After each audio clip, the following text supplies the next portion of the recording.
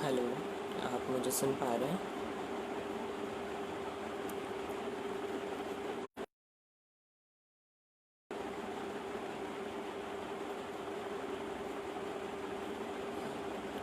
Hello.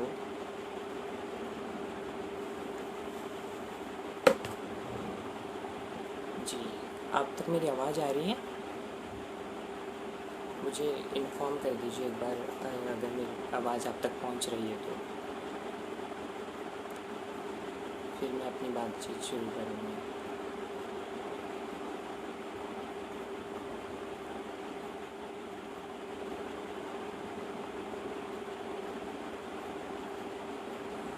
और मेरी आवाज़ आ रही है कि एक बार मुझे कंफर्म करके बता दीजिए।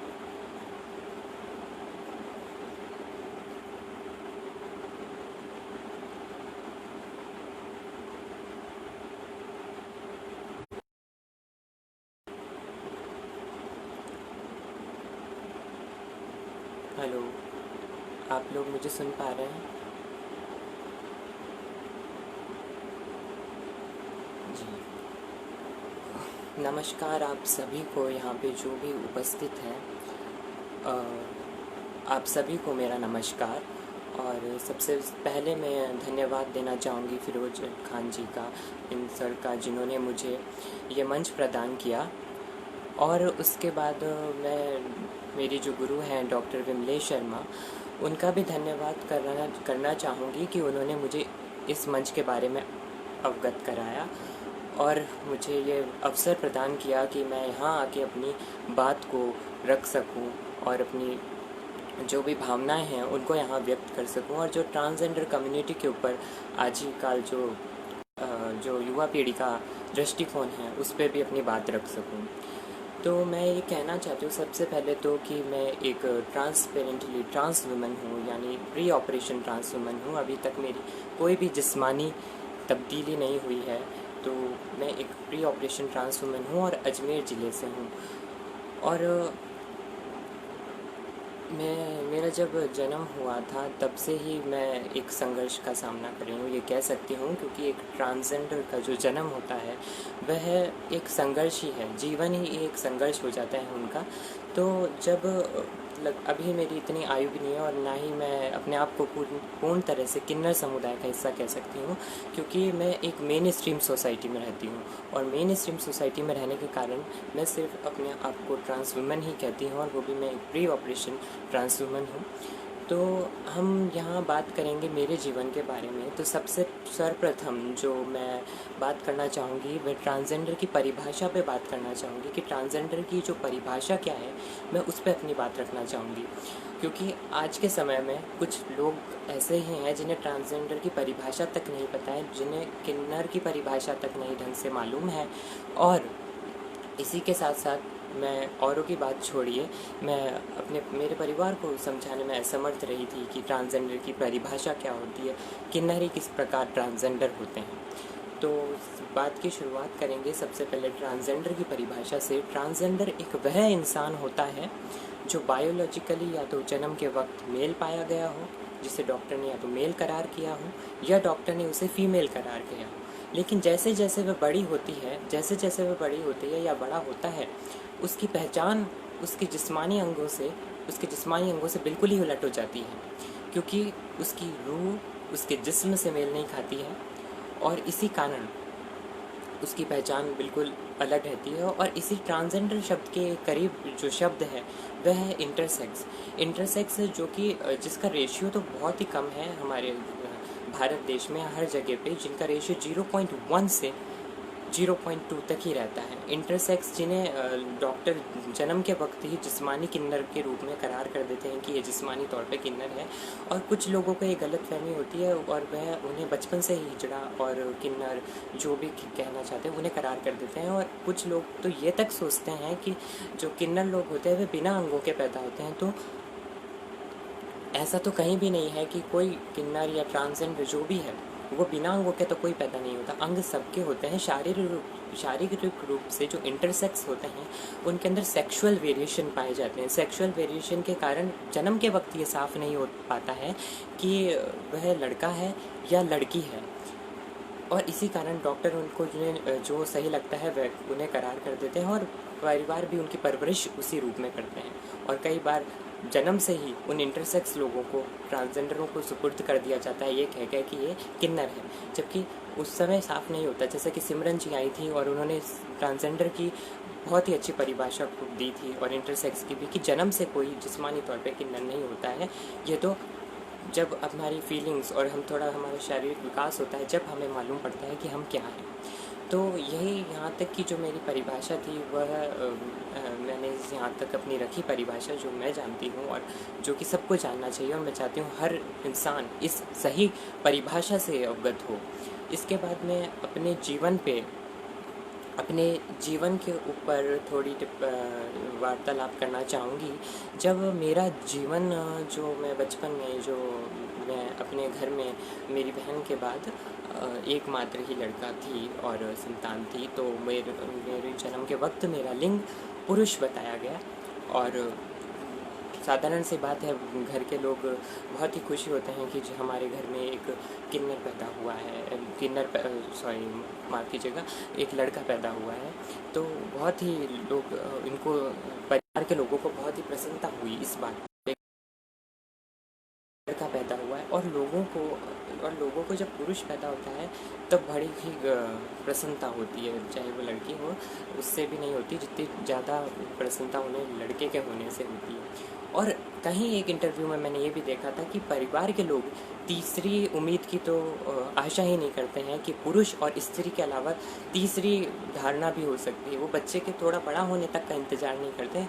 ऐसे परिवार लोगों को थोड़ा समय देना चाहिए। जब डॉक्टर के पास जाते हैं तो फिर सीधा यही पूछते हैं कि हमारे क्या हुआ, लड़का हुआ या लड़की हुई। कोई ये तीसरी उम्मीद नहीं रखता है कि हमारे किन्नर भी हो सकता है, ट्रांसजेंडर भी हो सकता है, कुछ और भी हो सकता है। ऐसे में बच्चे के जब तक वो थोड़ा बड़ा नहीं हो जाए, जब तक वो अपने हाव भाव ना व्यक्त कर दे, तब तक परिवार को ये नहीं तय कर देना चाहिए कि उसकी पहचान क्या है।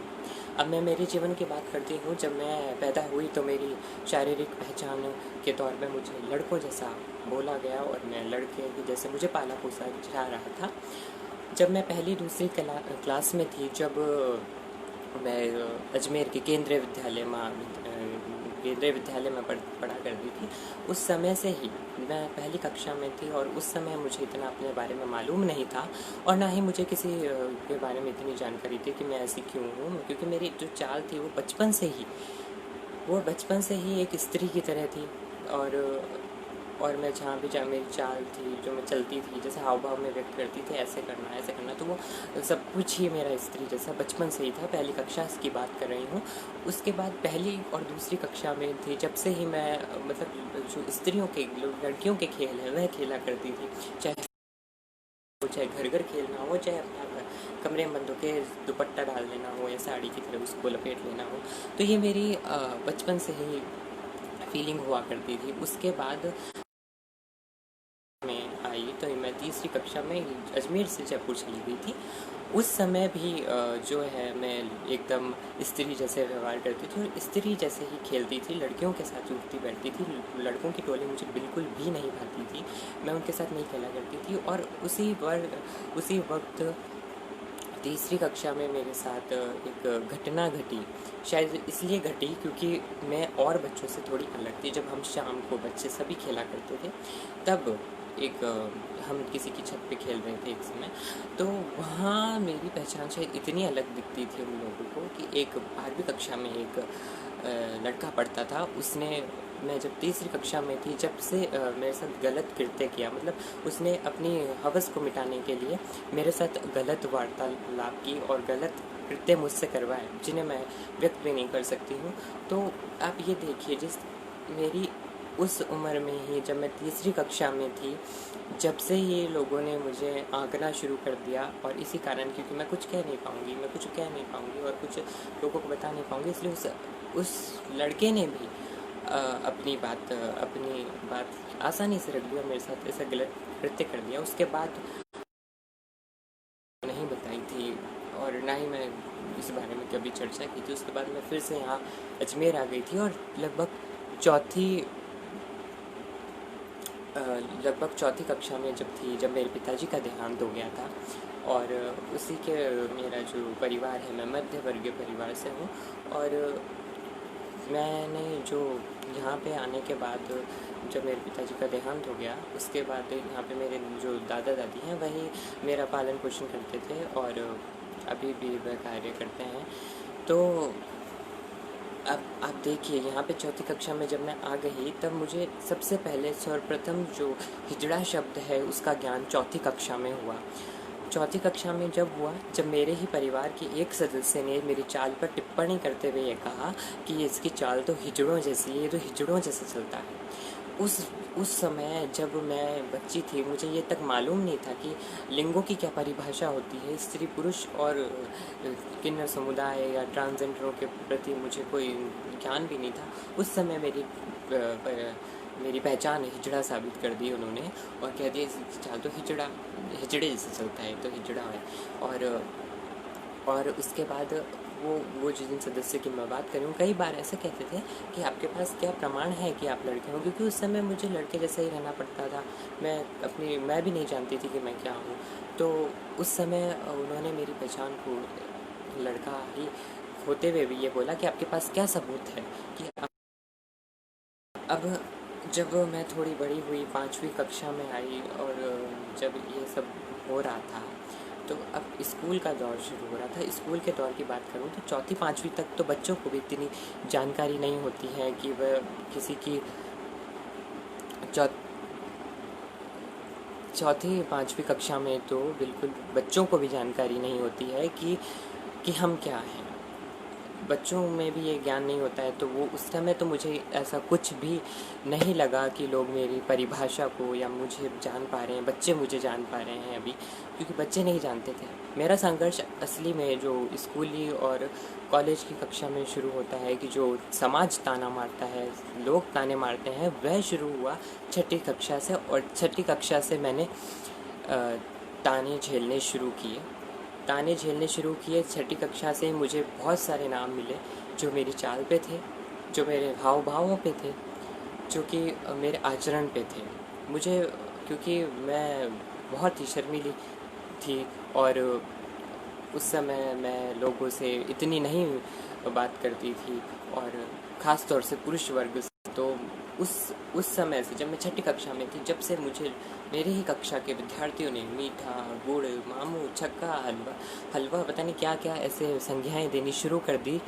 और इतनी सारे नाम जो मुझे मिले, उसको देख के मैं चकित रह गई कि ये कैसे नाम हैं और ये नाम मुझे क्यों मिले हैं। ये तक मैं नहीं जानती थी कि नाम मुझे क्यों मिल रहे हैं, क्योंकि मैं बहुत आगे तक जाने के बाद समझ पाई कि मेरे साथ ऐसा क्यों हो रहा है। और समाज में जब चलती तब भी ये नाम मिलता है, मीठा, गुड़, मामू, चक्का। तो ये एक नाम क्यों मिल जाते हैं, मुझे ये नहीं समझ में आया था उस समय भी। और ये जो संघर्ष था, मैं 6ठी कक्षा से लेके 12वीं कक्षा तक की बात करूँ या फर्स्ट सेकेंड ईयर तक की बात करूँ, तब तक मुझे ये नाम बहुत ही आम थे मेरे लिए। और जब मैं ये नाम जब मैं अपने नाम ये मुझे नाम मिले, तब मुझे बहुत ही अजीब लगता था कि ये नाम मुझे क्यों मिल रहे हैं। और माफ़ कीजिए, आवाज़ कम आ रही है तो। और जब मैं 6ठी कक्षा से थी, जब से मुझे नाम मिलना शुरू हो गए, और इन नामों के ऊपर मैंने कभी गौर तो बहुत किया कि मुझे क्यों बोला जा रहा है, परंतु मैं इनका सही अर्थ नहीं समझ पाई। ना ही मैंने कभी घर पे आके अपनी बातों को यहाँ पे लोग घर वालों के सामने रखा कि लोग मुझे समाज में ये कहते हैं, लोग मुझे समाज में वो कहते हैं। घर में भी मेरी एक अलग ही प्रतिक्रिया थी। यदि मैं कभी गलती से बिंदी लगी रह जाए या चूड़ी पहनी रह जाए, तो उस विषय में मेरी डांट पड़ जाती थी। और जब समाज ने मुझे ये नाम दे दिए, तब मैं उन नामों के साथ जीने लग गई, क्योंकि उन नामों का विरोध करने की शक्ति मुझ में थी ही नहीं।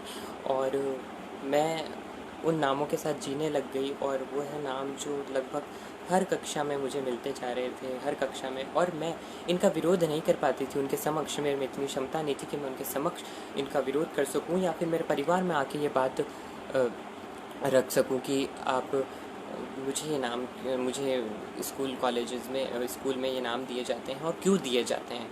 मैं इनको बोलने में बहुत ही असमर्थ थी। मैं रोती थी। मैं रात भर 6ठी कक्षा से अब छठी कक्षा से लेके देखिए तो 12वीं कक्षा तक तो मैं इतना रोती थी, रात रात भर रोती थी, क्योंकि मेरे में इतनी भी क्षमता नहीं थी कि मैं सबके सामने खुल के रो सकूं। ये तक आज़ादी एक किन्नर को नहीं होती कि वह खुल के अपनी बात को रख सके।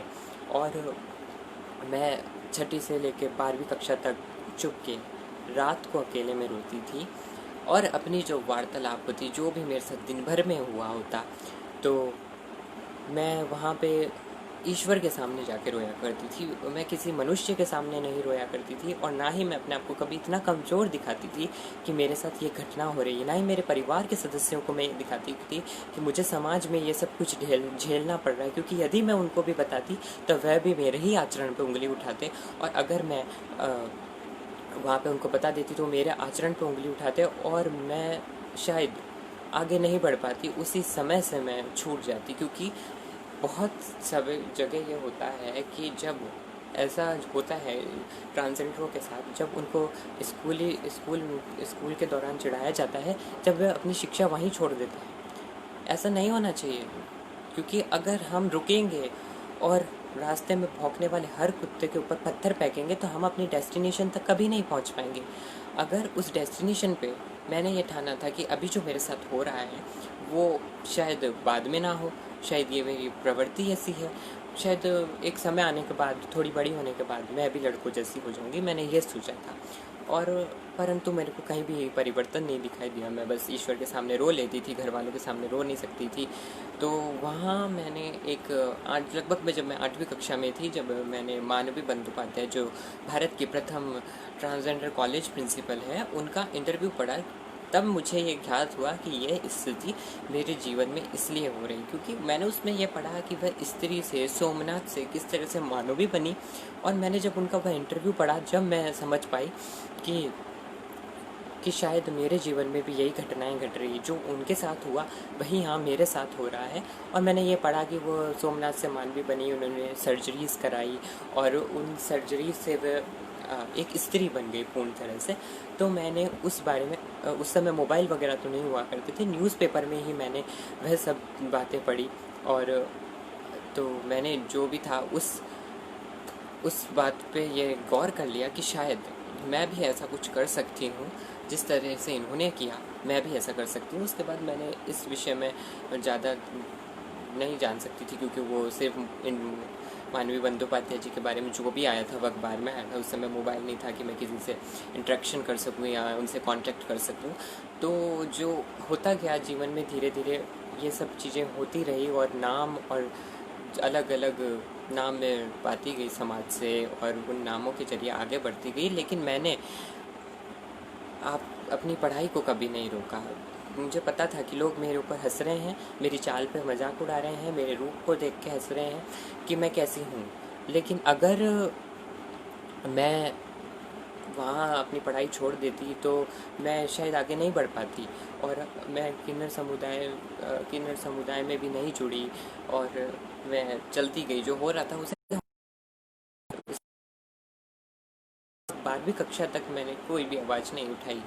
उसके बाद जब मैं कॉलेज वगैरह, मैं, आप यकीन नहीं मानेंगे, जब मैं 12वीं कक्षा में हमारा फेयरवेल हुआ था, तब उस समय जो दूसरे जो संकाय के जो विद्यार्थी होते हैं, मैं आर्ट्स से हूँ, और वो जो बच्चे थे साइंस वाले, उनके सामने उन्होंने मेरा आके इस तरह से उपहास उड़ाया फेयरवेल वाले दिन, ये कह के कि इसके साथ भी फ़ोटो खींचनी है क्या। और क्योंकि वो सभी लोग, इस लड़कियां जो थी वह फ़ोटोएँ खींच रही थी, और वो जो लड़के थे उनके साथ ग्रुप में जो खड़े फ़ोटोएँ खींच रहे थे, तो उन्होंने मुझे पास में बुला के बोला इसके साथ भी फ़ोटो खींच के। और उन्होंने इतना गंदा मुंह बनाया है जिसकी मैं आपको बता भी नहीं सकती हूँ कि मुझे कितना बुरा लगा होगा कि क्यों मेरे में ऐसा क्या है जो मेरे साथ फ़ोटो खिंचवाने में उनको हड़बड़ाहट हो रही थी। उनको ऐसा मुझे बहुत बुरा लगा उस समय। परंतु मैं बुरा लग के भी क्या कर सकती थी, किसी को बताने की तो थी नहीं, स्थितियाँ ही ऐसी नहीं थी कि मैं किसी से अपनी बात रख सकूं। उसके बाद जब मैं कॉलेज में गई, मैंने यहाँ के और मैं 12वीं कक्षा में 80% से सफल हुई, और मुझे बहुत अच्छा लगा कि मेरी मेहनत रंग ली, क्योंकि मेरा ऐसी स्थितियों में पढ़ाई में भी ध्यान कम रहता था। फिर भी मैं 80% लाके 12वीं कक्षा में उत्तीर्ण हुई, और उसके बाद मुझे सम्राट पृथ्वीराज चौहान जो अजमेर का महाविद्यालय है उसमें एडमिशन मिल गया, और वहाँ से अ, वहाँ से मैंने अपना सफ़र शुरू कर दिया। तो वहाँ भी कॉलेज में ऐसा होता था कि मैं जिस तरह से जाती थी फर्स्ट ईयर सेकंड ईयर तक भी मैंने अपनी सच्चाई को बहुत ही लोगों के सामने लेट रखा। लोगों ने तो मेरी सच्चाई को नाप ही लिया था, लेकिन मैंने अपनी सच्चाई अपने मुख से कभी अभी तक नहीं बोली थी जब तक मैं फ़र्स्ट ईयर और सेकंड ईयर में आ गई। तो वहाँ मैं जब फर्स्ट ईयर और सेकंड ईयर में आई तो वहाँ भी मेरे पीछे से ये कमेंट होता था कि कैसा है ये, मीठा है ये तो, और ये तो मीठा है, और है ना, मतलब कुछ भी जो भी बात होती थी उसमें मतलब मेरे कानों में वो शब्द मीठा तो पड़ ही जाता था। आप युवा पीढ़ी की दृष्टिकोण को देखिए कि किसी के बारे में बिना जाने उसको मीठा गुड़ मामू छक्का जो मन में आता है वही करार कर देते हैं, और लोगों की जो भावनाएं हैं उनको जानने में बड़े कोई भी इच्छुक नहीं है। उन्होंने मेरी चलो फर्स्ट ईयर सेकंड ईयर तक भी मैंने सहन किया, और अब परिवार में जब आप देखिए जब एक पुरुष बड़ा होता है तो उसकी शादी की बात उठने लगती है, और उस समय भी मेरे साथ यही हुआ कि मेरे घर वाले सारे दिन भर यही बातें करते थे, उसकी शादी होएगी तो ऐसा होएगा, इसकी शादी होएगी तो वैसा होएगा। तो मुझे वो बात तो बहुत ही चुभती थी, दर्द देती थी कि मेरी शादी कैसे हो सकती है, मैं तो पुरुषों में रुचि रखती हूँ, स्त्रियाँ तो मुझे पसंद ही नहीं है। तो वहाँ जब फर्स्ट ईयर सेकेंड ईयर तक मैं सहन करती गई, लोगों के ताने भी सहन करती गई। उसके बाद फिर भी मैंने पढ़ाई को नहीं रोका कि मैं अपनी पढ़ाई जो भी होता, मैंने आपको पहले भी बताया, जो भी होता उसे सहन करके आंखें मूंद के घर पे आके भले ही रात में रो लेती थी, लेकिन मैं अपना दर्द किसी को बयां नहीं करती थी और अपने दर्दों को कहीं भी नहीं रखती थी, और ना ही अपने दर्दों को बयां करती थी, नहीं परिवार से नहीं घर से, सिवाय ईश्वर के मैं किसी और से अपने दर्दों को नहीं व्यक्त करती थी। और उसके बाद लगभग 2018 की बात है, और 2018 के अंदर ऐसा हुआ कि मैंने डॉक्टर मानवी बंदोपाध्याय जी का किसी तरह नेट से कांटेक्ट निकाला कि वो एक लेक्चरर हैं, और मुझे उनका कांटेक्ट गूगल पे प्राप्त भी हुआ, और 2018 में मैंने उनसे बात की, उनके बारे में जाना। पहले तो उन्हें भी यकीन नहीं हुआ कि उन्हें लगा कि मैं रिपोर्टर हूँ, शायद उनसे सवाल जवाब करने के लिए ट्रांसजेंडर बनने का दिखावा कर रही हूँ, लेकिन वो थोड़ी देर में मैंने अपनी बात रखी और अपनी पहचान को साबित किया। तब उन्होंने मुझे ये कहा कि बेटा जो भी हो, आपको हमेशा अपनी पढ़ाई नहीं छोड़नी, क्योंकि उनके साथ भी वही घटनाएं हुई, लेकिन उन्होंने पढ़ाई नहीं छोड़ी। और उन्होंने कहा कि कभी भी अपनी पढ़ाई, चाहे कैसी भी परिस्थिति हो, पढ़ाई से उन्होंने यही कहा था कि उच्च शिक्षा, आपको हायर एजुकेशन होगी तो हायर लाइफ में आप आगे बढ़ते रहोगे। उसके बाद जब मैंने ये बात करी तो तब मुझे थोड़ी सांत्वना मिली कि हाँ, कि मैं अपनी पढ़ाई नहीं छोड़ूंगी। लोगों के कहने से कुछ नहीं होता है, लोगों के कमेंट को मैं इग्नोर करती गई, उनकी हर बातों को इग्नोर करती गई, क्योंकि मैं सत्य हूँ और मुझे अपने आप को प्रूव करने की ज़रूरत नहीं है, और इसलिए मैं आगे बढ़ती गई। और उसके पश्चात ही ऐसा मौका आया 2018 में, मैंने लक्ष्मी नारायण त्रिपाठी जी के भी इंटरव्यूज़ देखे बहुत सारे यूट्यूब पे, और मैं उनको देख के बहुत इंस्पायर हुई। और अब मैंने ये तो सोच लिया कि मैं पढ़ाई तो करूँगी, पढ़ाई तो ज़रूर करती रहूँगी, लेकिन अपनी सच्चाई के साथ अब आगे बढ़ूँगी। अब मैं इस पुरुष रूप के अंदर जो है वो नहीं रहूँगी।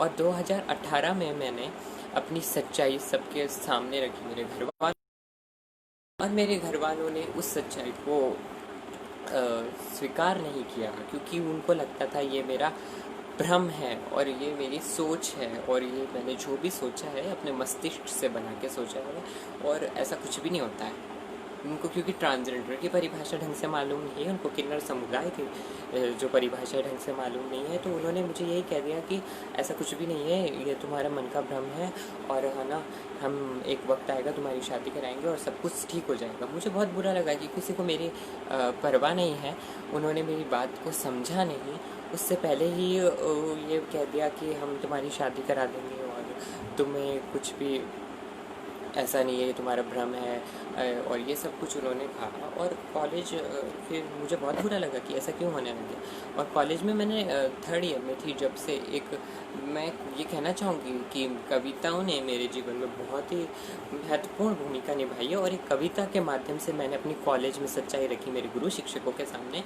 और उन्होंने मैं कहना चाहूँगी मेरे कॉलेज के गुरु जो हैं, मैं अंग्रेजी साहित्य से एमए कर रही हूँ अभी फ़िलहाल, तो वहाँ पे जो मेरे गुरु हैं वो मेरी तृतीय वर्ष जब मैं थर्ड ईयर में थी बीए फाइनल के, तब से ही मेरे को बहुत सपोर्ट करते हैं। और उन्हें मेरी पहचान से कोई फ़र्क नहीं पड़ता। और जब मेरे गुरुओं को वो मुझे मंच दे रहे हैं, मेरे सहपाठियों को जो मेरे साथ पढ़ रहे हैं उनको कोई प्रभाव नहीं पड़ा, तो अब मुझे किसी बात की परवाह नहीं, मैं आगे बढ़ूँगी। लोगों का जो कुछ लोग हैं जो चलते हैं वो तो चलते रहेंगे। और ऐसा भी हुआ कि मैंने, जब मेरे परिवार ने मुझे नहीं समझा कि मेरी सच्चाई क्या है, मैं धीरे धीरे लिपस्टिक लगा के कॉलेज जाने लगी, दुपट्टा ओढ़ के कॉलेज जाने लगी, सिर्फ दुपट्टा जीन्स के ऊपर। तब वहाँ पे कॉलेज में भी ऐसा हुआ कि कई लोगों ने मुझे चिढ़ाया कि क्या है, क्या कैसा है, ये क्या है, कुछ समझ नहीं आया उनको। तो वहाँ मैं डरी नहीं हूँ। वहाँ जब मैं अपना अस्तित्व को धारण कर लेती हूँ, या फिर जब मैं अपने रूप में आ जाती हूँ, जो जो भी मेकअप वगैरह करने के बाद, तो मैं लोगों से डरती बिल्कुल नहीं हूँ। तो मैंने उनको उनको पहली बार जब ऐसा हुआ कि मैंने पलट के जवाब दिया, और उनकी सबकी बोलती बंद करने में मैं सफल रही कि मैं अब नहीं डरती हूँ लोगों से। पर मेरा परिवार जो था वो इस बात को समझने के लिए तैयार नहीं था। और वो समय मेरे लिए बहुत ही कठिन रहा कि मैं परिवार को समझा के थक गई, लेकिन समझी मैं फिर रात को रोती थी बैठ के कि कोई क्यों समझ नहीं पा रहा है मेरी परिभाषा को। मेरा परिवार ही मुझे नहीं जान पा रहा है कि क्या सिर्फ एक पुरुष होने से ही परिवार प्यार करता है, या फिर एक पुरुष हो तो ही आप कुछ हैं। मेरे को ये नहीं समझ में आता है कि माता पिता क्यों स्वार्थी हो जाते हैं जब इंसान किन्नर हो। वैसे तो माता पिता भगवान के समान होते हैं, लेकिन जब वही उनकी संतान अगर किन्नर हो तो माता पिता स्वार्थी हो जाते हैं कि हमें तो वो लड़का ही चाहिए, समाज का भय है। हम समाज का भय क्यों रखते हैं? समाज का भय रखने की तो कोई बात ही नहीं। अगर समाज की हमारी बदनामी होगी, आप यहाँ कोई जीवन भर रहने नहीं आए हैं, कुछ साल ही रहना है। जीवन तो एक दिन समाप्त सबका हो जाएगा, ये शरीर यहीं मिल जाएगा, और रूह, जो हमारी रूह है वह जाएगी ऊपर, वह परमात्मा से मेल खाएगी हमारी आत्मा। तो हम, जब हमारी आत्मा परमात्मा से मेल खा रही है तो हम शरीर के पीछे क्यों भाग रहे हैं? मेरी भावनाओं को समझिए। मेरे परिवार वालों ने कहा कि ऐसा क्यों है, क्या तुम नारीवाद कैसे एंजॉय कर सकती हो, क्या तुम्हें पीरियड्स आते हैं, क्या तुम नारीवाद एंजॉय ही नहीं कर सकती? ऐसे उन्होंने धारणा बना दी। मैं क्या कर सकती हूँ वो आप नहीं बता सकते हैं, और मैं क्या हूँ वो भी आप नहीं बता सकते, क्योंकि एक इंडिविजुअल की आइडेंटिटी आप चूज़ ही नहीं कर सकते हैं। एक इंडिविजुअल की आइडेंटिटी वह खुद चूज़ करेगा कि वह क्या है, क्योंकि जेंडर बॉडी में नहीं होता है। हम सेक्स की बात नहीं कर रहे हैं, हम जेंडर की बात कर रहे हैं। और जेंडर जो होता है वो माइंड में होता है, बॉडी के अंदर नहीं होता है जेंडर। तो मैं उनको समझाती गई, जिनको समझना आ रहा है, नहीं आ रहा है मुझे नहीं पता चला कि उनको क्यों नहीं समझ में आ रहा है। लेकिन मैंने तृतीय वर्ष से ही अपने दस्तावेजों के अंदर तृतीय लिंग भरना शुरू कर दिया, क्योंकि कॉलेजों में ये हमें अवसर प्रदान होता है कि हम स्त्री पुरुष के अलावा अब तृतीय लिंग भी भर सकते हैं, और मेरे कॉलेज में ये अवसर था। तो मैंने तृतीय वर्ष से ये शुरू कर दिया भरना। और एमए में आई जब भी मैंने अपना जो लिंग था ट्रांसजेंडर चूज़ किया, और एडमिशन फ़ीस वगैरह में भी छूट मिलती है अब तो। और उसके बाद उन्होंने मेरी जो कॉलेज में, तो मैं जिस रूप में थी अब इस रूप में, जैसे मैं अभी आपके सामने हूँ, उस रूप में जाने लगी। लेकिन परिवार को समझाने में असमर्थ रही। और ऐसा भी हुआ कि मुझे साइकेट्रिस्ट के पास ले जाया गया, मुझे भी ना बताया, मैं नहीं जानती थी। मुझे ये कहा कि हम तुझे शूज़ दिलाने के लिए लेके जा रहे हैं, और शूज़ दिलाने के बहाने उन्होंने ऐसा किया कि मुझे साइकेट्रिस्ट के पास ले गए। और जब वो मुझे साइकेट्रिस्ट के पास ले गए तो मैं अचंभित रह गई कि मैं यहाँ क्यों आई हूँ, यहाँ क्या शूज़ मिलते हैं क्या डॉक्टर के पास। तो वहाँ उन्होंने वार्तालाप की, और वो डॉक्टर भी ऐसा, क्या बताऊँ आपको, कि ना मेरी बात ढंग से समझा पा रहा है, ना उनकी बात मुझे ढंग से समझा रहा पाए। वो दोनों तरफ खेल रहा, ये नहीं बता रहा था कि इंसान है क्या। वो तो ये मुझे ये ज़्यादातर वो, क्योंकि मेरे परिवार वालों को जानता था, तो वो मुझे ये उकसाने की कोशिश कर रहा था कि मैं मैं पीछे हट जाऊँ इस कदम से। तो मैंने उन्हें ये कहा कि मैं घर छोड़ दूँगी, मैं किन्नर समुदाय का हिस्सा बनने को तैयार हूँ, लेकिन मैं एक पुरुष जीवन में पूरा जीवन व्यापन नहीं कर सकती हूँ, क्योंकि मैं जो हूँ मैं उसी के साथ रहूँगी। और मैंने जब उस सेकंड और मैंने ये भी कहा कि मैं घर छोड़ने के लिए भी एक बार तैयार हो गई थी कि मैं किन्नर समुदाय के अंदर चली जाऊँगी अगर आप ऐसे ही करते रहेंगे। तो उसके बाद से मेरा परिवार थोड़ा शांत बैठा है कि मैं ऐसा कोई कदम नहीं उठा लूँ, क्योंकि वो चाहते हैं कि मैं उनके साथ ही रहूँ इस घर में। और उसके बाद उन्होंने ये कहा कि मेरी बड़ी बहन है तो उसकी शादी नहीं हो जाती है जब तक मैं इंतज़ार करूँ, उसके बाद ही अपनी जिस्मानी तब्दील कराऊँ। तो मैंने उसके तो ठीक है, मैंने भी हाँ कर दिया कि ठीक है मैं बाद में करा लूँगी। और उन्होंने यही कह दिया कि जो तुम अपने मुकाम पे हासिल करोगी उसी के बाद तुम अपनी जिस्मानी तब्दील करा लेना अपने दम पर। तो मैं भी इस बात के लिए मान गई और अब मैं यहाँ रह के पढ़ाई कर रही हूँ और मेन स्ट्रीम सोसाइटी में रहती हूँ। और क्योंकि यहाँ के जो किन्नर समुदाय के लोग हैं उनसे मेरा ना ही कोई ख़ास मतलब मैं उनसे कभी मिली नहीं हूँ और ना ही वो मुझे जानते हैं। और यहाँ आसपास के जो लोग हैं वह आज भी ये सोचते होंगे कि मैं पुरुष हूँ, क्योंकि मैं ना ज़्यादा बाहर जाती हूँ। मैं जाती हूँ तो अपने कार्य से जाती हूँ, पढ़ने जाती हूँ तो मैं अपने रूप में ही जाती हूँ, ट्रांसजेंडर रूप में ही जाती हूँ। लेकिन परिवार वालों को ये बात मतलब थोड़ी बहुत आज भी खटकती है और अभी भी उनके नज़रों में तो वो तो मुझे पुरुष ही मानते हैं, जो मानते रहेंगे, मुझे नहीं पता कब तक मानते रहेंगे। लेकिन मैं चाहूँगी कि मेरा ये सपना है कि मैं एक प्रोफेसर बन सकूँ इंग्लिश लिटरेचर की और अपना जो ट्रांजिशन है उसको पूरा कर सकूँ, क्योंकि मुझे और किसी से यहाँ पे उम्मीद नज़र नहीं आ रही कि जो मेरे लिए कुछ कार्य करे। और उसके बाद मेरे परिवार को जितना मैं समझा सकती थी और वो मुझे कहाँ लेके जा रहे हैं, साइकेट्रिस्ट के पास ले जा रहे हैं, वो भी छूट गया एक दौर के बाद। क्योंकि मैंने भी जब ये कह दिया कि मैं घर छोड़ दूँगी ये फालतू की हरकतें करने की वजह से, तो उन्होंने ये बात को और मैं आ रहा है कि अपनी आज आपके सामने मेन स्ट्रीम सोसाइटी में रह के ये बात रख रही हूँ। और मैं मतलब रोज़ कॉलेज जाती हूँ, मैं कभी कॉलेज जाना नहीं छोड़ती, लोग बात ताने मारेंगे या कुछ, और तो मैं जाती रहती हूँ। और उसके बाद अब आप ये देखिए कि परिवार को समझाने में मैं असमर्थ रही, अभी भी असमर्थ हूँ। उनकी नज़रों में आज भी पुरुष हूँ। अगर वो किसी को बताते हैं तो वो मुझे मेरी पहचान पुरुष ही बताते हैं, क्योंकि और जो शादी ब्याह होते हैं, घर के जो शादी ब्याह होते हैं, उनमें मैं कभी भी नहीं शामिल नहीं होती हूँ, क्योंकि मैं जानती हूँ बखूबी कि मैं अगर उनमें शामिल होंगी तो मेरा किसी ना किसी प्रकार मजाक उड़ जाएगा, क्योंकि मुझे वहाँ पुरुष रूप में जाना पड़ेगा।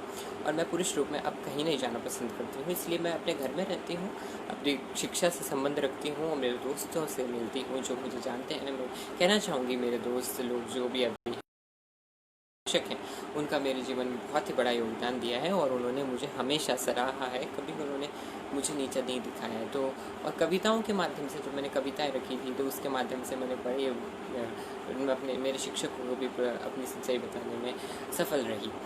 अब परिवार के लोग क्या समझते हैं, अब वो जो स्कूल टाइम में जो मेरे मित्र तो थे ही नहीं कोई, जो स्कूल समय में मेरे जो अलग संकाय के जो विद्यार्थी हुआ करते थे, या फिर जो भी पुरुष वर्ग थे, या फिर बहुत से ऐसे भी युवा हैं जो ये कहते हैं कि मैं ये सब कुछ दिखावा करती हूँ, मैं लोगों की सहानुभूति पाने के लिए करती हूँ या लोगों को अट्रैक्शन पाने के लिए करती हूँ। तो मैं उनको ये कहना चाहती हूँ कि भाई मैं किस प्रकार से लोगों को आकर्षण कर रही हूँ और किस प्रकार का आकर्षण है कि अब मैं साड़ी लपेट के किसी के सामने अपना आकर्षण पैदा करूँगी। और ये देखिए ना कि अगर आप मर्द हैं, अगर आपको आकर्षण पाना है तो आप भी 6 मीटर लंबी साड़ी पहनिए और दुपट्टा ओढ़िए, सूट पहनिए और जाके आकर्षण पा लीजिए। अगर इस चीज़ से आकर्षण पाया जाता है तो क्यों नहीं पा लेते हैं। पर ऐसा बिल्कुल भी नहीं है, लोगों को ये धारणा बैठ गई है। उन्होंने अब मैंने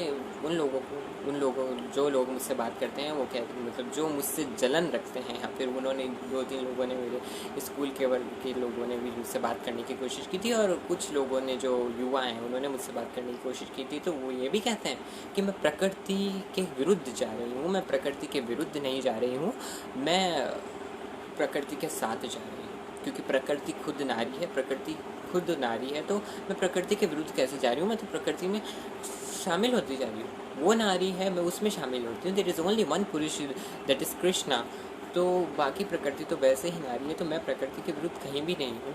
मैं प्रकृति के साथ हूँ और प्रकृति के साथ ही जा रही हूँ, और प्रकृति ने ही मुझे ये बनाया है जो मैं हूँ आपके समक्ष। मैं किसी प्रकार की सांत्वना पाने के लिए ये सब कुछ नहीं कर रही हूँ जो लोग ये कहते हैं। और कुछ लोगों का ये भी कहना था कि ये प्रकृति के विरुद्ध जा रही है और ये सहानुभूति पाने के लिए, अट्रैक्शन पाने के लिए कर रही है। तो ये सारी बातें ही बहुत ही अजीब थी, क्योंकि अब मैंने उन लोगों को, जो लोग नहीं समझ पा रहे हैं ना, वो मत समझिए। मैं उन लोगों को समझाना छोड़ दिया। मैं तो किन्नर समुदाय या फिर ट्रांसजेंडर जो मेन स्ट्रीम सोसाइटी में रहते हैं, जो ट्रांस मैन है, ट्रांस वुमन है, उनको भी यही कहना चाहूँगी, अगर आप लोगों को आपका सत्य समझ नहीं आ रहा है तो छोड़ दीजिए उनको। अगर जिनको आपका सत्य समझना होगा वो समझ लेंगे, क्योंकि truth does not has to be prove, truth has power to reveal itself. परमात्मा हमें ये लाइन सिखाते हैं कि सत्य को हमें सिद्ध करने की आवश्यकता नहीं है। सत्य स्वयं इतना ताकतवर है कि वह खुद बाहर आ जाता है। तो वही हूँ मैं सत्य हूँ, और मुझे किसी को अपने आप को साबित करने की आवश्यकता नहीं है। मैं अपने आप बाहर आ रही हूँ क्योंकि मैं सत्य हूँ। तो उसके बाद की अब मैं थोड़ा सा ध्यान आपका युवा पीढ़ी पे ले जाना चाहूँगी कि युवा पीढ़ी जो है वो किस तरह का दृष्टिकोण रखती है ट्रांसजेंडर के प्रति, किन्नर समुदाय के प्रति, और तमाम ऐसे लोगों के प्रति, या मैं पूरे LGBT की बात करती हूँ कि उनके प्रति कैसा हिस्सा रखती है। वह ये कहते हैं कि एक ट्रांसजेंडर पे जब भी कोई जाएगा, देखिए, एक तो पहली बात तो ये है कि ट्रांसजेंडर ही होता है। चाहे वह ट्रांसजेंडर, अगर उसने अपनी पहचान स्वीकार कर ली तो वह ट्रांसजेंडर ही है। अगर आपने अपनी मर्जी से उसकी पहचान बता रहे हैं तो वो आपकी गलत वेदना है, क्योंकि कई बार ऐसा भी होता है कि कुछ ट्रांसजेंडर अपनी मजबूरी के कारण बाहर नहीं आ पाते हैं और वो पूरी ज़िंदगी पुरुष रूप में गुजार देते हैं। कुछ लोग पूरी ज़िंदगी मेन स्ट्रीम सोसाइटी में पुरुष रूप में गुजार देते हैं, और कुछ लोग ऐसे भी हैं जो कि किन्नर समुदाय से जुड़ जाते हैं। तो और कुछ लोग ऐसे भी हैं जो पुरुष से स्त्री बन जाते हैं, स्त्री से पुरुष बन जाते हैं, जो कि मैं भी चाहती हूँ। और तो आप ये देखिए, चाहे वो कोई भी हो, अगर उसने अपने आप में ये स्वीकार कर लिया है, अपने मुख से कह दिया है कि वह ट्रांसजेंडर है, तो वह ट्रांसजेंडर है। चाहे अब वह पुरुष रूप में रह रहा हो, चाहे स्त्री रूप में रह रहा हो, या किसी भी रूप में रह रहा हो, उसने ये कह दिया कि वह ट्रांसजेंडर है, तो वह ट्रांसजेंडर ही कहलाएगा। आप अपनी तरफ से उस पर अपनी पहचान नहीं छोड़ सकते, क्योंकि हर इंसान को अपनी पहचान रखने का खुद का अधिकार है, और ये खुद का अधिकार उनका स्वयं का है। अगर अब वो कहीं भी रहे तो भी वह ट्रांसजेंडर है, तो ट्रांसजेंडर ही कहलाएगा, चाहे वह मुख्य धारा समाज में रहे, चाहे किन्नर समुदाय में रहे। क्योंकि देखिए, अब मैं बात करना चाहूँगी थोड़ी अलग बात के ऊपर रखूँगी मैं अपनी युवा पीढ़ी के दृष्टिकोण पे, कि युवा पीढ़ी का दृष्टिकोण क्या है। युवा पीढ़ी का देखिए ये दृष्टिकोण है कि वे ट्रांसजेंडर की परिभाषा समझते तो है नहीं, किन्नर की परिभाषा क्या है वह जानते हैं नहीं, लेकिन वह एक इंसान की परिभाषा अब जल्दी से व्यक्त कर देते हैं अपने शब्दों में, शब्दों में भी नहीं, अपशब्दों में उसकी पहचान साबित कर देते हैं कि वह मीठा है, वह गुड़ है, वह मामू है, वह चक्का है। और ये पहचान जो है स्कूल से उनको दी जाती है। और ऐसे में क्या होता है, जब जो किन्नर समुदाय है, वो जो किन्नर समुदाय के हिस्सा बन चुके हैं, वह लोग बचपन में ही अपनी पढ़ाई छोड़ देते हैं। क्योंकि हर कोई ना तो, मैं कहना चाहूँगी, लक्ष्मी नारायण त्रिपाठी नहीं हो सकता, या हर कोई मानवीय बंदोपाध्याय नहीं हो सकता, या फिर हर कोई वह लोग नहीं हो सकते हैं जो इतने दिन 4 जून से हमारे समक्ष आ रहे हैं, चाहे कंचन जी हो, सिमरन जी हो, चाहे कुछ भी हो। तो हर कोई जो होता है उसमें इतनी शक्ति नहीं होती है कि वो सहन कर सके समाज के ताने। क्योंकि मैं एक ट्रांसजेंडर के इंटरव्यू में भी मैंने देखा था कि उन्होंने कहा कि आपने शिक्षा की है क्या, तो उन्होंने ये कहा कि नहीं, हमने शिक्षा नहीं की, क्योंकि स्कूल कॉलेज में लोग मजाक उड़ाते हैं, इसलिए हमने शिक्षा छोड़ दी। क्योंकि युवा पीढ़ी का दृष्टिकोण बन गया है उनका मजाक उड़ाना, तो वह शिक्षा छोड़ देते हैं। तो ये बहुत गलत है कि आपके कारण किसी की शिक्षा छूट जाती है, कोई पढ़ने से वंचित रह जाता है। क्योंकि हर कोई तो, मैं कह रही हूँ, जैसे मानवीय बंदोपाध्याय या लक्ष्मी नारायण त्रिपाठी या रुद्रांशी भी नहीं हो सकता है, और वह शिक्षा वहीं छोड़ देते हैं और जाके उनके परिवार के लोग, मैं कहना चाहूँगी मेरा परिवार थोड़ा समझने में कि मतलब वो मुझे यहाँ से तो नहीं भेजना चाहता, ये बात तो मैं समझ गई कि, लेकिन कुछ परिवार तो जानबूझ के उनको निकाल देता है अपने घर से, और कहता है कि जाके तुम्हारा काम यही है कि तुम जाके नाचो और ट्रेनों पे नेक नेक मांगो। तब वहाँ से उनका एक नया सफ़र शुरू होता है और वो किन्नर समुदाय में जुड़ जाते हैं। कास्ट्रेशन प्रोसेस होता है, हार्मोनल प्रोसेस होता है, उसके बाद वह किन्नर समुदाय का हिस्सा बन जाते हैं। और वहाँ पे एक अलग जंग उनको लड़नी पड़ती है, क्योंकि वहाँ पे देखिए ना, कुछ कहानियाँ तो कलमों से लिखी जाती है और कुछ कहानियाँ दर्दों से लिखी जाती है। तो वही बात हो गई, ट्रांसजेंडर की कहानियाँ तो दर्दों से लिखी जा रही हैं। यहाँ पे रहे तो भी समस्या है, वहाँ रहे तो भी समस्या है। तो दर्द तो हर जगह है। और ये देखिए, अभी जैसे मेरी ज़िंदगी चल रही है, वो मेरी ज़िंदगी जैसे चल रही है, जो मेन स्ट्रीम सोसाइटी में ट्रांस वुमेन रहती है या ट्रांस मैन रहते हैं और अपनी शिक्षा लेते हैं और कॉलेज में अपनी पहचान से रूबरू होकर शिक्षा लो, ये आपको वहाँ कोई भेदभाव नहीं किया जाएगा। मैं आशा करती हूँ वहाँ कोई भेदभाव नहीं किया जाएगा, क्योंकि यूजीसी की तरफ से बहुत सारी ऐसी धारणाएँ बनी हुई है कि वहाँ आपका कोई भास नहीं उड़ा सकता है। तो आप मेन स्ट्रीम सोसाइटी में रहो और अपनी पढ़ाई शुरू करो और अपनी पढ़ाई को शुरू करते रहो, और आपको घबराने की कोई ज़रूरत नहीं, सब कुछ वहाँ देखा जाएगा आपके लिए। मैं तो चाहती हूँ और विकास होना चाहिए कॉलेजों में। सिर्फ एडमिशन फ़ीस ही माफ़ नहीं होनी चाहिए, क्योंकि एडमिशन फ़ीस तो वैसे भी सरकारी कॉलेज की कोई बहुत ही कम होती है। मैं चाहती हूँ चाहे उनकी एग्ज़ामिनेशन फ़ीस हो, चाहे उनके बुक का हो, उनका खर्चा हो, वह अगर कोई मेन स्ट्रीम सोसाइटी में रह रहा है, वो कैसे भी करके, चाहे उनके घर वाले उनको भेज रहे हैं, चाहे समाज से छुपा के ही भेज रहे हैं, लेकिन वहाँ जहाँ वो जा रहे हैं वहाँ अपनी असली पहचान के साथ भेज रहे हैं, तो वहाँ उनको कॉलेज का भी पूरा सपोर्ट मिलना चाहिए। उनको बुक्स वगैरह सब कुछ अवेलेबल होना चाहिए, हर एक चीज़ अवेलेबल होनी चाहिए, ताकि वह अपना उनको किसी पर निर्भर नहीं रहना पड़े और उनकी शिक्षा इस सुचारू रूप से चलती रहे। तो आप ये देखिए, युवा पीढ़ी का दृष्टिकोण क्या रह गया। मैं पूर्ण अच्छे से बात करना चाहूँगी। युवा पीढ़ी का ये दृष्टिकोण हो गया, एक तो अपशब्दों से वह उन्हें बुलाते हैं, अलग अलग नामों से उन्हें बुलाते हैं, अलग अलग संज्ञाएं उन्हें दे दी जाती है। अब अपनी पहचान अपनी तरफ से वह अपनी पहचान खुद रख देते हैं कि वह क्या है, वह क्या नहीं है। अब देखिए, लोग बाग क्या करते हैं, जब किन्नर समुदाय या तो किन्नर समुदाय का हिस्सा है तो भी उन्हें छेड़ देते हैं, मेन स्ट्रीम सोसाइटी में रह रहे हैं तो भी उन्हें छेड़ देते हैं। तो ऐसा बिल्कुल भी नहीं होना चाहिए। उनको बिल्कुल भी ऐसा बिल्कुल भी नहीं करना चाहिए कि आप अगर एक इंसान की पहचान अपने मन से साबित कर रहे हैं तो क्यों कर रहे हैं, और क्यों उनको अपने अपने द्वारा दिए गए नाम। हम तो किसी को नहीं कह रहे कि तुम स्त्री हो या पुरुष हो, तो आप अगर कोई किन्नर है तो उसे किन्नर या हिजड़ा कह के कैसे बुला सकते हो? आप नहीं बुला सकते हैं। ये बहुत ही गलत बात है कि युवा पीढ़ी इस तरह का व्यवहार करती है उनसे। किसी भी मतलब बातें तो बड़ी बड़ी करती है युवा पीढ़ी। कहते हैं युवा पीढ़ी देश का भविष्य है। खासतौर से मैं पुरुष वर्ग के लिए कहना चाहूँगी, जो युवा जो पुरुष वर्ग में युवा है, बातें तो बड़ी बड़ी करते हैं कि हम देश का भविष्य हैं, हम ये। कुछ युवा ऐसे भी हैं जो राजनीतिक पार्टी में आना चाहते हैं। आप ऐसे राजनीतिक पार्टी में आएंगे जहाँ आपको समानता का अर्थ नहीं पता है, आप समानता नहीं जानते कि समानता होती क्या है। आप जैसे लोग अगर नेता बनेंगे तो वो क्या किसी का हित सोचेंगे? आपको हित सोचना है, समाज का भविष्य है आप देश के, तो आपको इस चीज़ पे पहल करनी है कि हमें आगे आना है। तो हमें उन लोगों का भी सोचना है जो इस समुदाय का हिस्सा भले हैं चाहे नहीं। आप उनका मजाक उड़ाना बंद कीजिए, पहले तो उनको नाम देना है बंद कीजिए। आपको कोई अधिकार नहीं है उनका नाम देने का।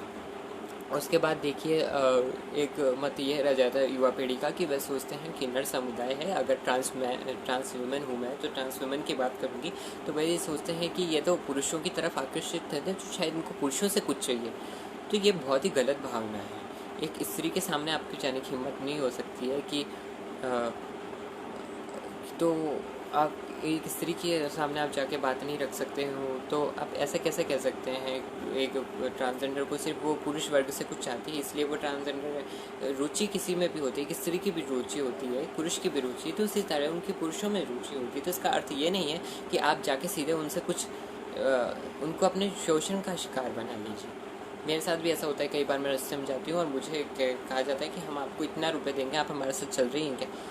मैं हक्की बक्की रह जाती हूँ, क्योंकि मैं वैसे तो सामान्य तौर से खुद के वाहन से ही जाती हूँ, कहीं भी जाती हूँ। तो कई बार ऐसे कैसे कह सकता है कि कोई कई बार रुकना हो जाता है, तो क्योंकि मैं एक पढ़ी लिखी हूँ और मैं ऐसे बिल्कुल कृत्य नहीं करती हूँ। तो लोग भाग मुझे ये प्लीज़ आप नहीं कीजिए। और इसके अलावा भी ट्रांसजेंडर्स, मैं कहना चाहूँगी एक चीज़ ये होनी चाहिए अ, मैं 1 मिनट अपनी बात रख के अपनी कविता शुरू करूँगी। तो मैं ये कहना चाहता हूँ कि एक तो स्कूल कॉलेज में ये होना चाहिए कि अगर कोई भी इस प्रकार का व्यक्ति है, अगर आप कोई भी और दूसरा व्यक्ति और दूसरा युवा उनका मजाक उड़ा रहा है कुछ है, तो उस पर कार्रवाई होनी चाहिए कि आप ऐसे स्कूल कॉलेज में ऐसा ऐसा वातावरण पैदा कर दीजिए कि ऐसे लोग बेझक होके स्कूल कॉलेज में जा सके और उनका किसी भी प्रकार से उपहास ना उड़ाया जा सके। और उनकी जो और कुछ क्षेत्रों में मैं ये भी चाहती हूँ कि हर क्षेत्र में कम से कम इतनी तो हॉस्पिटलों में सुविधा हो सरकार द्वारा, कि वो थोड़ा चार्जेस लाने के लिए, मतलब सब वो ट्रांसवुमेन जो होती है, ट्रांसमैन जो होते हैं, वो हार्मोनल चेंज चाहते हैं तो वो बहुत महंगा होता है। तो कम से कम थोड़ी छूट तो उन्हें मिले। आप पूरी सर्जरी को छूट मत दीजिए, धीरे धीरे स्तर बढ़ता है तो कम से कम हार्मोनल्स और जो ये जो फेस पे हेयर वगैरह होते हैं इनके लिए लेज़र ट्रीटमेंट की फ्री सुविधा तो होनी चाहिए, इससे ज़्यादा मांग नहीं की जा सकती है। तो कि कोई भी ट्रांसजेंडर जो है वो कम से कम इतना तो अपने लिए खुद के लिए कर सके। और आप देखिए संघर्षों का सामना हर वक्त करना पड़ता है। अभी जिस नाम दे दिया कहीं कुछ और ही, और हम उस नाम से उसको नाम को भी चेंज कराने में बहुत तकलीफ़ आती है, क्योंकि अब मेरा जैसे नाम रह गया है रुद्रांश सिंह राठौड़ दस्तावेज़ों में, और अब मुझे रुद्रांशी नाम चाहिए। तो रुद्रांशी नाम चाहिए तो मुझे पता है कि मुझे इसके लिए बहुत मेहनत करनी पड़ेगी, मुझे कोर्ट कचहरी के चक्कर लगाने पड़ेंगे और बहुत कुछ सामना करना पड़ेगा। लेकिन अभी मैं इस रूप में भी नहीं हूँ कि मैं अकेली जाके सब कुछ कर सकूँ। मैं अकेली बहुत कुछ कर सकती हूँ, मैं हर चीज़ अकेली ही करती हूँ। मैं किसी को नहीं कहती हूँ कि आप आके मेरी मदद करो। मैं हर कार्य अकेली करती हूँ चाहे, तो वह भी मैं करा लूँगी धीरे धीरे जब तक मैं अपने लक्ष्य को पाती हूँ। मैं एक लेक्चरर बनती हूँ या कुछ ऐसा मुकाम हासिल कर लेती हूँ तो मैं हर चीज़ कर लूँगी। वो भी चाहती हूँ मैं अपनी सर्जरी कराने में भी सफल रहूँगी। और आप ये देखिए कि तो थोड़ी बहुत हेल्प, और सिर्फ थोड़ी बहुत हेल्प हर लोगों को हर में, सिर्फ मैं युवा पीढ़ी के लिए नहीं कहूँगी या फिर शिक्षा के क्षेत्र में ही नहीं कहूँगी, ट्रांसजेंडर समुदाय जो किन्नर समुदाय के लोग हैं उनसे भी ये दरख्वास्त करूँगी, अगर कोई मेन स्ट्रीम सोसाइटी में रह रहा है और मेन स्ट्रीम सोसाइटी में रह के पढ़ना चाह रहा है और उसके परिवार वाले भी उसे रख रहे हैं, तो आप उसे वहाँ रह के ही अपना योगदान प्रदान कीजिए। आप उनके लिए एक भूमिका निभा सकते हैं कि आप वहाँ पे उनकी रक्षक बन के खड़ी रहें।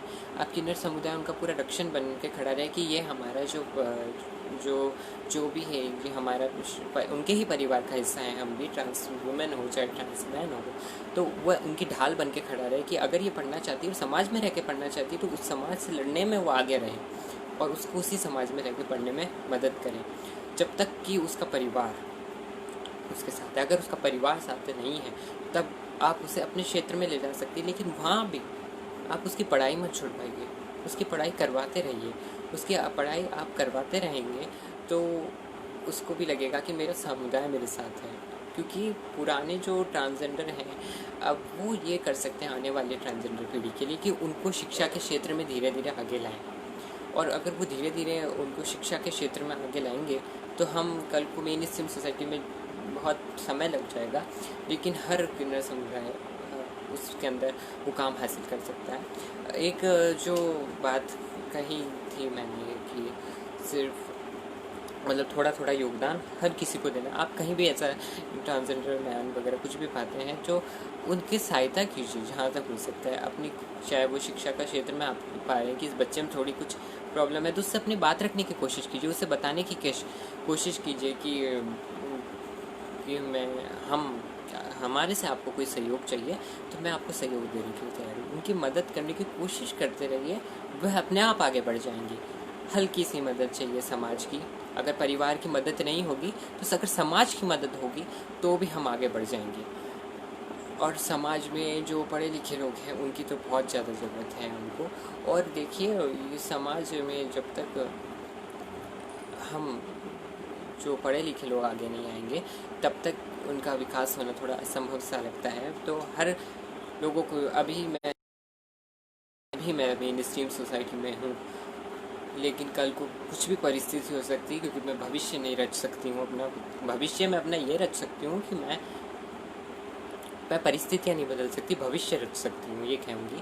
क्योंकि भविष्य में चाहती हूँ जो मुकाम हासिल करना, चाहे वो मेरा प्रोफेसर बनने का मुकाम हो, चाहे मिस ट्रांस क्वीन इंडिया बनने का ख्वाब है जो मेरा, या फिर मेरा जो ये ख्वाब है कि मैं आगे आऊँ और ट्रांसजेंडरों के लिए और ट्रांस वुमेन के लिए, किन्नर समुदाय के लिए अपनी तरफ से आगे जाके मैं कुछ ना कुछ बात रख सकूँ। तो मैं आगे जाके ये बात करूँगी। धन्यवाद, आपने कहा कि मन भी बहुत सुंदर है, तो मैं इस पे भी एक बात कहना चाहूँगी कि मन हमेशा जो है हमेशा सुंदर ही रहता है। एक उम्र के बाद चेहरा भी ढल जाता है और बॉडी भी ढल जाती है। जिस बॉडी और देह की बात कर रहे हैं, ये इन लोग जो बॉडी और देह की बात करते हैं उनके लिए कहना चाहूँगी वो तो ढल जाता है, मन तो हमेशा सुंदर है और सुंदर ही रहेगा। और मन और आपकी आत्मा और सोल जो है जाके मिलेगी परमात्मा से।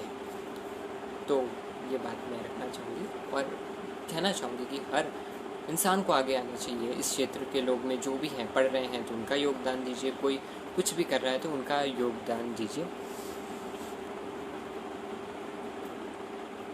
एक मिनट में एक प्रश्न का जवाब देना चाहूँगी। एक सवाल पूछ रहा है, मेरी दीदी कहती है कि किन्नर समुदाय के लोग किन्नर व्यक्ति को ले जाते, कृपया इस बारे में अपनी राय तजुर्बे रखिए। हाँ, मैं ये कहना चाहता हूँ कि कहा जाता है कि किन्नर समुदाय के लोग, किन्नर अगर कोई पाया जाता है तो उसे ले जाते हैं। मैं मुख्य धारा समाज में रह रही हूँ, अभी तक मेरे साथ ऐसा हुआ नहीं है। या तो इसलिए नहीं हुआ है कि लोग भाग जो मेरे आसपास हैं उनको मेरी सच्चाई का पुख्ता सबूत नहीं, वो ये जानते तो हैं कि मेरे पर ये कमी है, क्योंकि कई बार वो मुझे बाहर देख लेते हैं इस रूप में, तो मैं नहीं जानती। परंतु मेरे साथ ऐसा भी हुआ था, एक बार मैं अपनी गाड़ी पे जा रही थी और ऑटो में बैठ के किन्नर समुदाय के लोग जा रहे थे और उन्होंने मुझे पलट के देखा भी था, पर वो मुझे देख के रुके थोड़ा सा, लेकिन वो चले गए।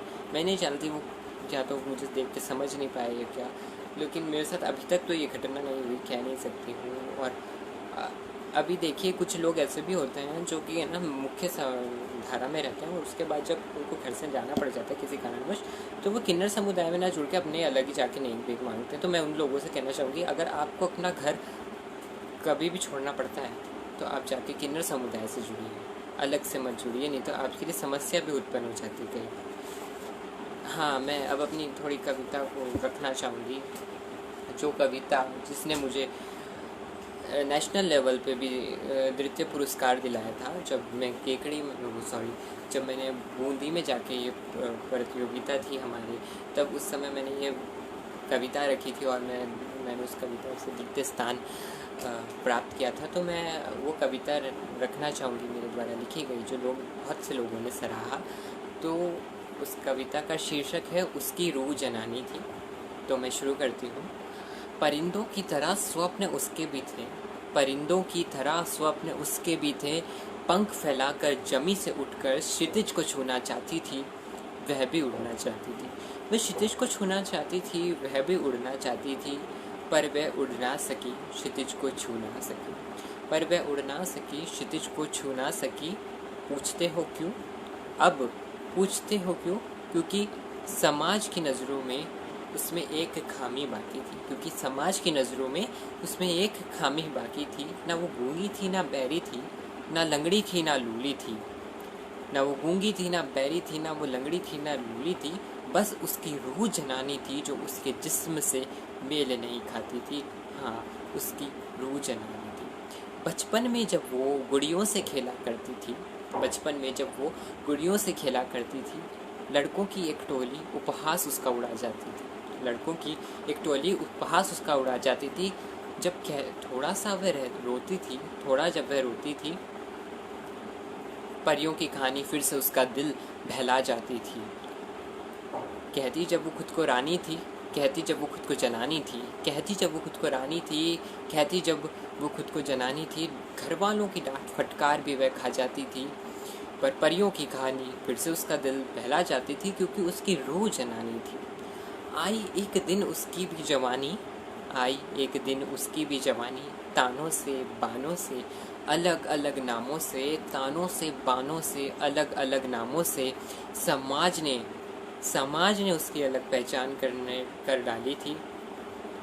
अब समाज में ना उसके लिए कोई जगह खाली थी, क्योंकि समाज ने उसके लिए समाज में ना उसके लिए अब कोई जगह खाली थी, क्योंकि उसकी रूह जलानी थी, क्योंकि अपनों ने भी किया बेघर, अपनों ने भी किया बेघर, कहकर कि तू ना नर है ना नारी है, तू ना नर है ना नारी है, तू तीसरा है, तू ताली है। अब समाज में ना उसके लिए कोई जगह खाली थी। खैर बंध गए थे घुंघरू अब उसके भी पाँव में, खैर बंध गए थे घुंघरू अब उसके भी पाँव में, अपना लिया था उसको उसके किन्नर समुदाय ने, अपना लिया था उसको अब उसके किन्नर समुदाय ने। आज भी लेकिन वो अफसोस जताती थी, काश मैं उड़ पाती, अपने स्वप्न पूरे कर पाती, काश मैं भी उड़ पाती, अपने स्वप्न पूरे कर पाती। आज भी आंखों में सपनों की सेज सजाती थी, क्योंकि उसकी रूह जनानी थी।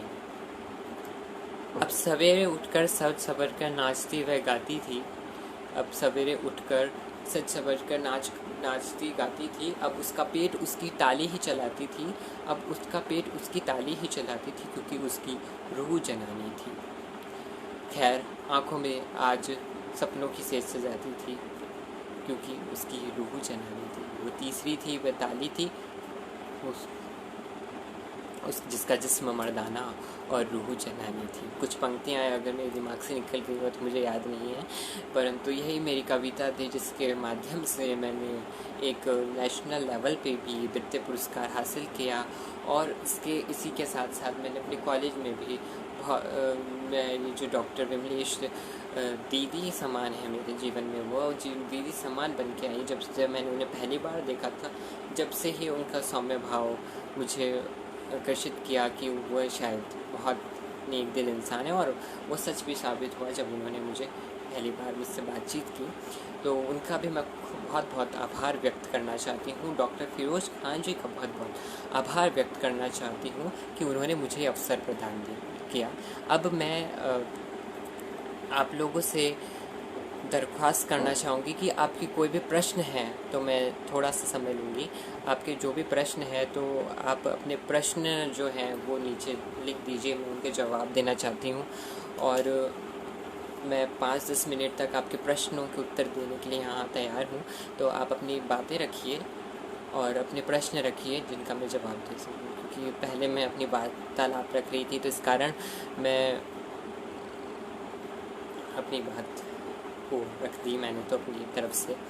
और बहुत कुछ मैं समाज से सुधार चाहती हूँ, और बहुत से लोगों से, किन्नर समुदाय से सुधार चाहती हूँ कि आप मुझे हर कोई जैसे मुझे क्या मतलब हर ट्रांसजेंडर को सपोर्ट करे, और किसी को भी जबरन किसी के साथ कुछ भी ना हो। और वो अगर मेन स्ट्रीम सोसाइटी में रहना चाहते तो उसे वहाँ भी सपोर्ट कीजिए। और जो गलत कृत्य करते हैं, जो गलत जो लोगों के साथ हो रहा है, तो नाम को लेकर बहुत मतभेद है। नाम को लेखक क्या लिखा, सॉरी मेरा चश्मा नहीं, नाम को लेखक बहुत मतभेद है जी। मैं आपका प्रश्न नहीं समझ पाई, या अपने नाम को लेखक लिखा है या नाम को लेकर मैं अच्छा, हिजड़ा किन्नर व अन्य भी नाम है। हिजड़ा किन्नर अन्य भी नाम है, वो किन्नर समुदाय के नाम है। मैं आपसे जब मैं यहाँ पे जुड़ी थी उस समय मैंने बता दिया था कि लोग भाग अलग अलग नाम से लोगों को जानते हैं, और अलग अलग नामों से लोग उनको पुकारते हैं। मैं किन्नर समुदाय का हिस्सा नहीं हूँ, और ना ही किन्नर समुदाय के लोगों से मेरी भेंट हुई है। मैं सिर्फ मानवीय बंदोपाध्याय जी को जानती हूँ, जिन्होंने मुझे बहुत इंस्पायर किया। लक्ष्मी नारायण त्रिपाठी के इंटरव्यूज़ ने मुझे बहुत इंस्पायर किया, और लक्ष्मी नारायण त्रिपाठी के जो अभी फ़िलहाल में हस्बैंड हैं आर्यन पाशा, जो कि ट्रांस मैन है, उनसे मैंने बात हुई थी। उसके अलावा मैं बहुत से ट्रांसजेंडरों को नहीं जानती हूँ। तो नाम को लेकर ये मतभेद है कि लोग भाग अलग अलग नाम देते हैं। मैं जानती हूँ कि आप स्त्री हैं, एक इंसान पुरुष है, तो हम कभी नहीं कहते कि आप स्त्री हैं, आप पुरुष हैं। आपको हम किसी बॉक्स में नहीं डालते, तो आप उन्हें बॉक्स में देना बंद कीजिए। अगर आपको उन्हें पुकारना है तो उनका जो वास्तविक नाम है उसे कहकर पुकारिए, या फिर किन्नर जो शब्द है उसे कहकर पुकारिए। और कुछ लोग ऐसे भी हैं कि जिनकी अलग ही परिभाषा है। मतलब जैसे लक्ष्मी नारायण त्रिपाठी जी की बात करती हूँ, तो उन्होंने ये कहा कि उनको हिजड़ा ही शब्द पसंद है, क्योंकि हिजड़ा शब्द प्राचीन है कि जो हिज की राह पे चलते हैं, तो अपना घर छोड़ के जो चलते हैं तो उनको वो शब्द पसंद है। तो इस विषय में अलग अलग लोगों की अलग अलग धारणाएं, उनको अलग अलग नाम पसंद है। मैं अपने आप को एक ट्रांस वुमेन कहती हूँ। वैसे तो उम्र के हिसाब से तो एक गर्ल की एज है मेरी, लेकिन फिर भी मैं अपने आप को एक ट्रांस वुमेन कहने में बहुत ही महफूज करती हूँ।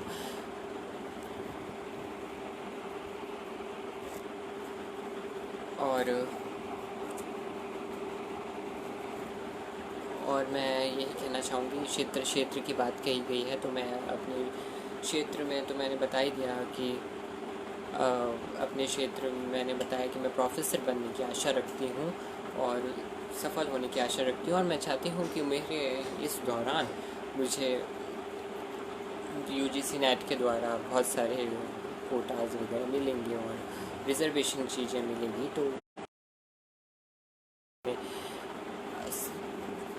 वो ज़रूर कामयाब होंगी।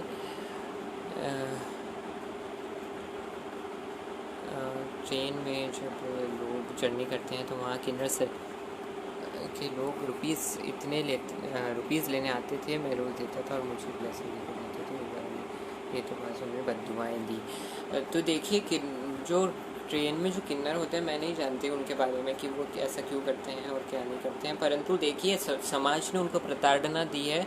तो अगर वो आप थोड़ी बहुत प्रताड़ना है, अगर वो अब आपको पलट कर दे रहा है तो इसमें उनका दोष नहीं है, क्योंकि समाज ने उनको पत्थर दिल बना दिया। कई लोग मैंने देखा है, कहते हैं कि ट्रांसजेंडर बहुत सख्त होते हैं। तो ट्रांसजेंडर को सख्त आपने बनाया है, ट्रांसजेंडर खुद सख्त नहीं हुए। उन्होंने समाज ने उनके साथ इतना बुरा व्यवहार कर दिया, परिवार ने उनको निकाल के बाहर फेंक दिया। तब अब आप उससे उम्मीद क्या रख सकते हैं कि वो कैसे नरम रह सकता है? नरम वो बिल्कुल नहीं रह सकता है। कई बार उनको सख्त होना पड़ता है, अपनी पेट चलाने के लिए सख्त होना पड़ता है। एजुकेशन के से आपने पहले उन्हें वंचित कर दिया, तो वो कमाएगा कैसे कमाएगा? वो मंगलामुखी भी अच्छा है जी, बिल्कुल। किन्नर समुदाय को केंद्रीय राज्य सरकार से मेडिकल सुविधा मिलती है। जी देखिए, अभी तक मैं यहाँ पे रह रही हूँ अजमेर में, मुझे यहाँ आसपास ऐसी कोई जगह नहीं दिखती है। मैं शायद केरल ऐसा राज्य है जहाँ ट्रांसजेंडर को निःशुल्क इलाज मिलता है। मैंने ऐसा सुना है, ट्रांसजेंडर को केरल में मिलता है। बहुत से लोग हैं वहाँ के, क्योंकि वहाँ के एक इंस्पेक्टर भी है ट्रांसजेंडर, तो मुझे लगता है शायद वहाँ पे उनको मिलता होगा। लेकिन पैसा बहुत ज़्यादा लगता है अभी भी सर्जरी के लिए, और आपको पूरी तरह से सर्जरी करानी है तो उसके लिए बहुत निःशुल्क तो कुछ भी नहीं है। अगर आप ये देख लीजिए, अगर निःशुल्क एक बार आ गया तो उनके साथ डॉक्टरों की जो होगी, डॉक्टर जो लोग हैं वो भी ढंग से ध्यान नहीं देंगे, क्योंकि एक ट्रांसजेंडर की ऑपरेशन के दौरान मौत भी हुई। तो ये निःशुल्क वाला जो है, ये इस तरह से होना चाहिए कि डॉक्टर भी सहज भाव से उनका इलाज कर सकें, चाहे वो हार्मोनल हो, चाहे वो लेज़र ट्रीटमेंट हो या सेक्स रिसाइंजमेंट सर्जरी हो।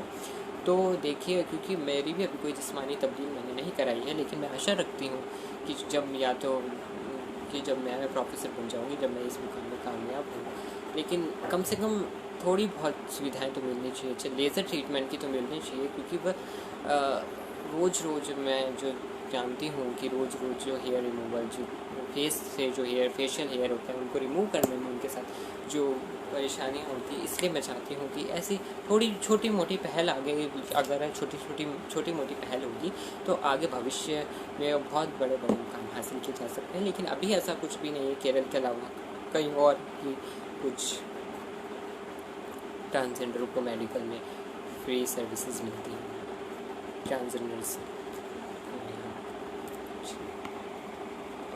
और कोई प्रश्न है तो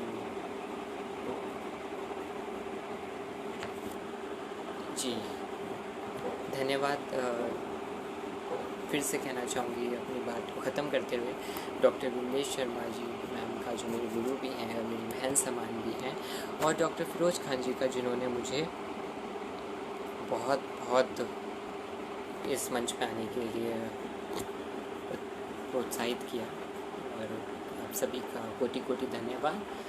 और एक प्रश्न था कि मेरे जीवन में मेरी प्रेरणा स्रोत कौन है, तो वह माननीय बंदोपाध्याय लक्ष्मी नारायण त्रिपाठी ही मेरी प्रेरणा है, और बस यही कहना चाहूँगा। मेरे परिवार का शिक्षा के क्षेत्र में आज तक साथ है। वो शिक्षा के लिए मुझे कभी मना नहीं करते। मैं जिस रूप में जाकर शिक्षा ले रही हूँ उस रूप में भी वो मुझे शिक्षा लेने से नकार नहीं है। नकारेंगे, अभी भविष्य की योजना नहीं कर सकती। अगर नकार भी देंगे तो भी मैं शिक्षा नहीं छोड़ूंगी, चाहे मुझे किसी भी तरह से शिक्षा को हासिल करना पड़े, क्योंकि मैं जानती हूँ कि आप जैसे कई लोग हैं जो मेरे साथ हैं, तो मुझे मेरी शिक्षा तो कभी नहीं छूटेगी। मैं अपने मुकाम को, अगर मेरा परिवार साथ हो चाहे मेरा परिवार साथ ना हो, चाहे मुझे अपना कभी भविष्य में, मैं नहीं सोचती ऐसा कुछ हो, लेकिन अगर हो जाए तो भी मेरे साथ ऐसे कई लोग हैं आप जैसे जो कि मुझे मेरी शिक्षा को नहीं छूटने देंगे। और मैं, मेरा परिवार साथ हो या नहीं हो, मैं शिक्षा को हासिल करके जो अपना लक्ष्य पाना चाहता हूँ उसे पा ही लूँगी।